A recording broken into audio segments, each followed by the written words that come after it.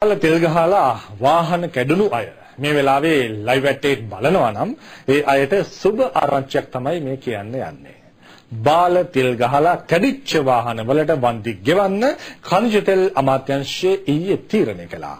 හැබැයි මේ වන්දි ගන්න පුළුවන් වෙන්නේ බාල පෙට්‍රල් ගහලා වාහනේ කැඩුණා කියලා ලිඛිතව පැමිණිලි ඉදිරිපත් කරලා තියෙන අයට විතරයි.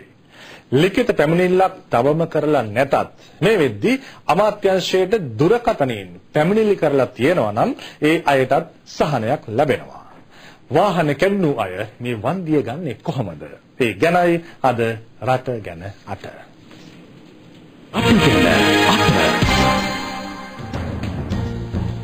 මේට මාස දෙකකට විතර කලින් පෙට්‍රල් වාහන හිටි ගමන් මග නතර වෙන්න පටන් ගත්තා. පෙට්‍රල් ගබඩා කරන සංස්ථාවේ ටැංකිය වල අඩිය තිබුණු රොඩු මිශ්‍ර වෙලා මෙහෙම වාහන ලෙඩ වෙන්නේ නැති කියලා සමහරු කිව්වා. මේ සිද්ධිය වෙනකොට ලංකාවේ හිටපු නැති ඛනිජ තෙල් ඇමතිතුමා ලංකාවට ඇවිත් කිව්වේ පෙට්‍රල් වලට වතුර එකතු වෙලා කියලා.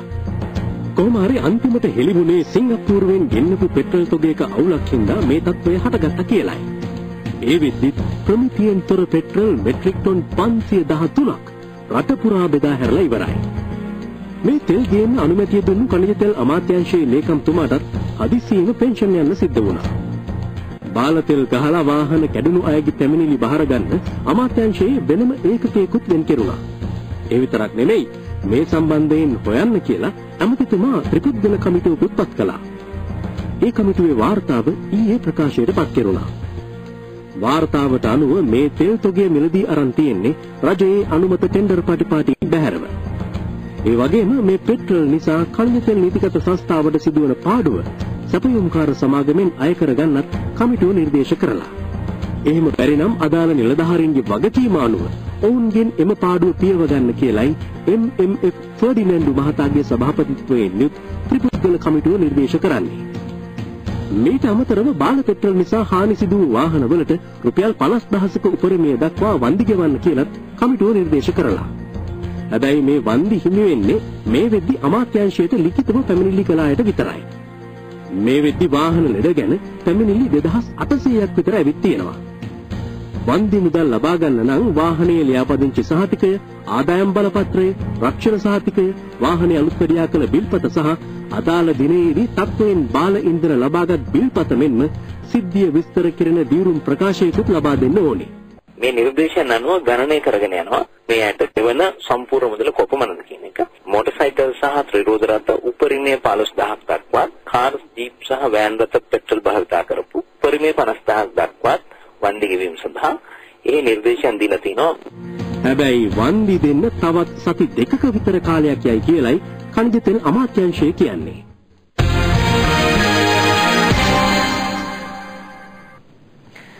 අපේ ජනාධිපතිතුමා නීති ක්ෂේත්‍රයේ ප්‍රවීණයෙක්. එතුමන් නීති අධ්‍යාපනය ලැබුවේ කොළඹ නීති විද්‍යාලයේ. ඒ මීට අවුරුදු 35කට විතර කලින්. ඒ ආදි නීති සෙසු මහින්ද රාජපක්ෂ ජනාධිපතිතුමා ඊ හවස ආයමත් නීති විද්‍යාලයට ගියා. අවුරුදු ගණනාවක මතකය අලුත් කරගෙන මේ විදිහට නීති විද්‍යාලයට ආපු ජනාධිපතිතුමාට බොහෝම ගෞරවනීය පිළිගැනීමක් ලැබුණා. අවුරුදු 137ක් පැරණි නීති විද්‍යාලයේ 100 වෙනි ශිෂ්‍ය කණ්ඩායමට ඇතුළත් වෙලා නීතිය ඉගෙනගෙන රටේ ඉහළම තැනටපත් වෙලා එතුමන් නීති විද්‍යාලයට ලබා දුන්නේ ලොකු ගෞරවයක්. අන්න ඒ හින්දායි ජනාධිපතිතුමාට වෝහාරපති කියන ගෞරව සම්මානය පිළිගන්වන්න නීති විද්‍යාල පාලනාධිකාරිය තීරණය කළේ. වෝහාරපති කියන්නේ නීතිය ගැන විශිෂ්ට දැනුමක් ඇති නායකයා කියන එකයි. ඒ ගෞරව නාමය ජනාධිපතිතුමාට පිළිගැන්වුවේ නීති විද්‍යාලයේ විදුහල්පතිතුමා විසින්.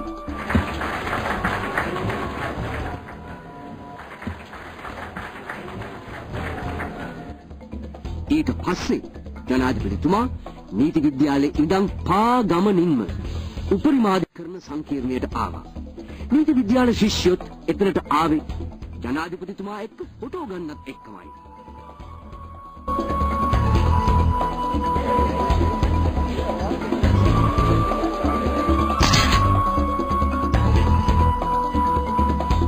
ඊට පස්සේ ජනාධිපතිතුමා උපරිමාධිකරණ සංකීර්ණයේ හැම තැනක්ම වගේ බලන්න ගියා. එතන තියෙන නීතිපති දෙපාර්තමේන්තුවටත් ජනාධිපතිතුමා පැමිණියා. නීතිපති දෙපාර්තමේන්තුවේ නිලධාරීන් එක්ක කරපු කතාබහේදී ජනාධිපතිතුමා නඩු පමාවට විසඳුමක් හොයන්න කියලා ඔවුන්ට කිව්වා. ප්‍රමාණ වීම පිළිබඳව සම්බන්ධයෙන් කතා කරනවා. මේකට යම්කිසි යොදාන සකස්කරු අයියමයි විශ්වාසයි. ඊයේ හවස ජනාධිපතිතුමා අයවැය සාකච්ඡාවකට සහභාගී වුණා. ඒ ලබන අයවැය යෝජනා ගැන සෞඛ්‍ය ක්ෂේත්‍රයේ අදහස් ලබා ගන්න. මේ රැස්වීමේදී එතුමන් කිව්වේ අපේ බෙහෙත් අපේ රටේම හදන්න පටන් ගන්න ඕනේ කියලායි. අද උදේත් ජනාධිපතිතුමාට සාකච්ඡාවක් තිබුණා. ඒ වෙළඳ සංගම් වාණිජ මණ්ඩල නියෝජිතයින් සමග. මේ සාකච්ඡාවේ අරමුණත් අයවැයට මේ අයගේ යෝජනා අදහස් ලබා ගැනීමයි.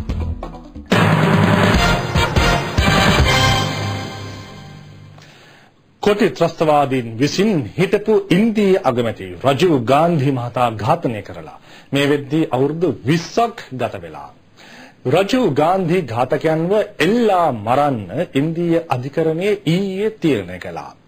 සැප්තැම්බර් 9 වෙනිදා තමයි ඒ ඝාතකයන් 3 දෙනාව එල්ලා මරන්න නියමිතව තිබුණේ. ඒත් අද ඒ තීන්දුව සති 8කින් කල් දැම්මා. ලංකාවෙන් පිටදී කොටි ත්‍රස්තවාදීන් සිදු කළ දරුණුතම අපරාධය තමයි රජීව් ගාන්ධි ඝාතනය. එදා 1991 මැයි මාසේ 21 වෙනිදා ඉන්දියා අගමැති රජීව් ගාන්ධි මහතා ඡන්ද රැස්වීමකට චෙන්නයි ශ්‍රී පෙරම්බුදූර් ප්‍රදේශයටත් ගියා. එතනදී ත්‍රස්තවාදීන් අටවා තිබූ ඝාතන උගුලකට ඔහු හසු වුණා. ප්‍රහාරය ගැන සිදු කළ පරීක්ෂණ අවසානයේදී වරදකරුවන් 26 දෙනෙකුට මරණ දඬුවම දෙන්න අධිකරණය තීන්දුව කළා.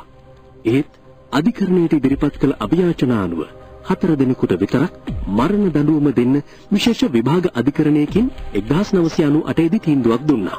ඒ මුරුගන්, ශාන්තන්, පෙරරිවාලන් හා නාලිනී යන කොටි සමාජිකයන් 4 දෙනාට. මුරුගන් හා ශාන්තන් ලාංකිකයන් වූ අතර පෙරරිවාලන් ඉන්දිය ජාතිකයෙක්. මරණ දඬුවම නියම වෙනකොට මුරුගන්ගේ බිරිඳ නාලිනී දරුවෙකු ලැබීමට සිටි නිසා මරණ දඬුවම අහෝසි කොට ඇයට ජීවිතාන්තය දක්වා සිර දඬුවම් නියම කෙරුණා. මුරුගන්, ශාන්තන්, පෙරරිවාලන් යන 3 දෙනාට ජීවිත සමාව ලබා දෙන ලෙස ඉන්දිය ජනාධිපති ප්‍රතිභා පටේල් මහත්මිය වෙත ඉදිරිපත් වී තිබූ ඉල්ලීම ඇය ප්‍රතික්ෂේප කළා. ඒ අනුව එළඹෙන සැප්තැම්බර් 9 වෙනිදා තමිල්නාඩුවේ වෙන්නූර් බන්ධනාගාරයේදී ඔවුන් තිදෙනා එල්ලා මරන්නත් තීන්දුව කෙරුණා. ඒ සමගම ත්‍රස්තවාදී හිතවාදීන් වීදි බැහැලා මේ අයගේ මරණ දඬුවම ලිහිල් කරන්න කියලා කලකෝලහල කරන්න පටන් ගත්තා. ඒ වගේම ඉන්දියාවේ කාංචිපුරම් ප්‍රදේශයේ 20 හැවිරිදි තරුණියක් මේ අය නිදහස් කරන්න මැදිහත් වෙන්න කියලා පෙට්‍රල් ඇඟට හලාගෙන ගිනි තියාගෙන සිය දිවි හානි කරගත්තා. මේ මරණ දඬුවම් තුන අභියෝගයට ලක් කරන්න අද ඉන්දියාවේ ප්‍රධාන පෙළේ නීතිවේදීන් මදුරාසි මහාධිකරණයට ගියා. දකුණු ඉන්දියාවේ නිරතුරු ප්‍රවෘත්ති මවන MDMK පක්ෂයේ නායක වයිකොත් මේ අයත් එක්ක උසාවි ගියා. Main contention is that you have kept a person in a state of mental torture for 11 years. Punishment is unconstitutional. Okay. Therefore, you should make some reward. You should make compensation. Compensation is to take away the death penalty. ගොඩ දෙනෙක් හිතුවේ තමිල්නාඩු මහ ඇමති ජයලලිතා ජයරාම් මහත්මිය මැදිහත් වෙලා මේ දඬුවම් ලිහිල් කර දෙවි කියලායි. ඒත් උසාවි තීරණයකට අභියෝග කරන්න තමාටත් බැහැ කියලා ජයලලිතා ප්‍රසිද්ධියේම කිව්වා. අන්තිමට මදුරාසි මහා අධිකරණය දඬුවම් දිනය අද වෙනස් කළා. ඒ සැප්තැම්බර් 9 වෙනිදා එල්ලා මැරීමට ගත් තීන්දුව තවත් සති 8කින් කල් දැමීමයි. ඒ සති 8න් පස්සේ මේ රජීව් ඝාතකයන් 3 දෙනාව එල්ලා මරාවිද? ඒ ආන්දෝලනාත්මක තීරණය දැනගන්න ජාත්‍යන්තර මාධ්‍ය ඉන්දියාව දෙකට ඇහැ ගහගෙන ඉඳීවි. මේ ලෝකෙන් පස්සේ මර්වින් නැමැතිතුමා යන්නේ කොහෙටද? නාග ලෝකෙට. Live at 8. News Bulletin First.